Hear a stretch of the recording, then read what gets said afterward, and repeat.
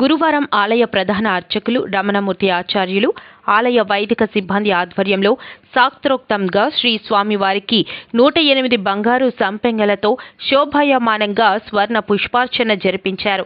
గురువారం ఉదయం స్వామివారికి స్వర్ణ పుష్పార్చనలో ఆలయ సహాయ కార్యనిర్వహణ అధికారి బ్రహ్మరాంబ పర్యవేక్షణ అధికారి కనకరాజు సమక్షంలో భక్తులు పెద్ద సంఖ్యలో హాజరై స్వర్ణ పుష్పార్చన అత్యంత వైభవంగా సింహాచల పుణ్యక్షేత్రంలో దేవస్థాన వేద పండితుల వేద మంత్రాల నాదస్వర మంగళ వాయిద్యాలతో శాస్త్రోక్తంగా స్వర్ణ పుష్పార్చన వైభవంగా నిర్వహించారు.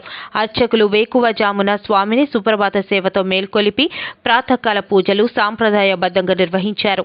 శ్రీదేవి భూదేవి సమేత శ్రీ గోవిందరాజు స్వామివారిని సర్వాంగ సుందరంగా అలంకరించి ఆలయ కళ్యాణ మండపంలో వేదికపై అధిష్ఠింపజేసి వేద మంత్రాలు నాదస్వర మంగళ వాయిద్యాల నడుమ శ్రీ స్వామివారి స్వర్ణ పుష్పార్చన సేవ వైభవంగా నిర్వహించారు.